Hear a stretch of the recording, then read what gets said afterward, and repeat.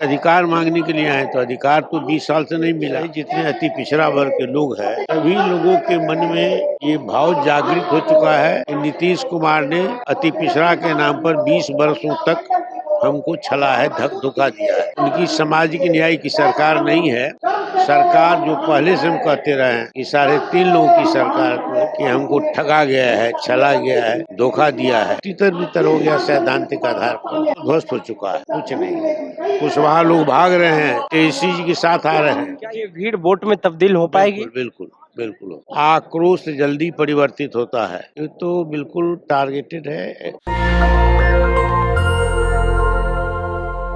इस वक्त पटना के एसके मेमोरियल हॉल में नेशनल दस्तक की टीम मौजूद है और आज आरजेडी के तरफ से धानुक अधिकार महासम्मेलन का आयोजन किया गया है। और इस वक्त हमारे साथ बात करने के लिए मंगनी लाल मंडल जो आरजेडी के प्रदेश अध्यक्ष सर हैं वो मौजूद हैं। सर, एक बड़ी आबादी में आज पटना में धानुक समाज जो है एकजुट हुए हैं, क्या कहेंगे? धानुक समाज एकजुट हुए हैं तो उनका नाम धानुक न्याय अधिकार महासम्मेलन है जी।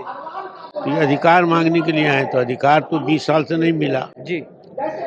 20 साल के का जो गुस्सा है, जो आक्रोश और गुस्सा है, उसी का एक इजहार करने के लिए यहाँ सम्मेलन हुआ है। यही बात है। तो आखिर चुनाव नजदीक है और आप लोग धानुक को एकजुट करने के लिए बड़ी सभा को आयोजन किए हैं, क्या समझा जाए? अरे तो सबको अधिकार है, डेमोक्रेटिक राइट है लोगों का कि जिसको अधिकार नहीं मिलता है उसमें सम्मेलन, जुलूस, प्रदर्शन, रैली शामिल है। जी। तो इन लोगों ने भी एकजुटता दिखाई है आज के सम्मेलन करके। जी। तो उसको कहा क्या जाएगा, वो तो लोकतांत्रिक अधिकार है, करना चाहिए। लवकुश समीकरण नीतीश कुमार लवकुश समीकरण तो ध्वस्त हो चुका है, अब कुछ नहीं। अब नीतीश के साथ ये दोनों समीकरण नहीं है। एक आधा तो लेके चले गए, दूसरे लोग बच गया है। ये जी। लवकुश समीकरण में लोगों ने, कुशवाहा खास करके, इनके मन में जैसे धानु को एहसास हुआ है वैसे उनको भी मन में एहसास हुआ है कि हमको ठगा गया है, छला गया है, धोखा दिया है। तो तितर बितर हो गया सैद्धांतिक आधार पर। तब लवकुश सम्मेलन अस्तित्व में है कहाँ? कुशवाहा तो एनडीए में है सर। अब तो लवकुश सम्मेलन तो एनडीए के तो लिए है ना, ये हमारे लिए। अब वो बिखर गया है, खत्म हो गया है। कुशवाहा लोग भाग रहे हैं, तेजी जी के साथ आ रहे हैं। जी। ये बार बार नहीं समझ रहे मेरी बात। 4% आबादी है धानुक समाज की, वो किधर एडजस्ट करेंगे चुनाव के वक्त? धानुक सब में धानुक की बात नहीं, धानुक सहित जितने अति पिछड़ा वर्ग के लोग हैं सभी लोगों के मन में ये भाव जागृत हो चुका है कि नीतीश कुमार ने अति पिछड़ा के नाम पर 20 वर्षों तक हमको छला है, धोखा दिया है। उनकी सामाजिक न्याय की सरकार नहीं है। सरकार जो पहले से हम कहते रहे हैं कि 3.5 लोगों की सरकार, वही बात है। तेजस्वी यादव बिहार अधिकार यात्रा पे निकले हुए हैं, क्या कहेंगे सर? बिहार अधिकार यात्रा पर निकले हैं तो भीड़ इकट्ठी हो रही है।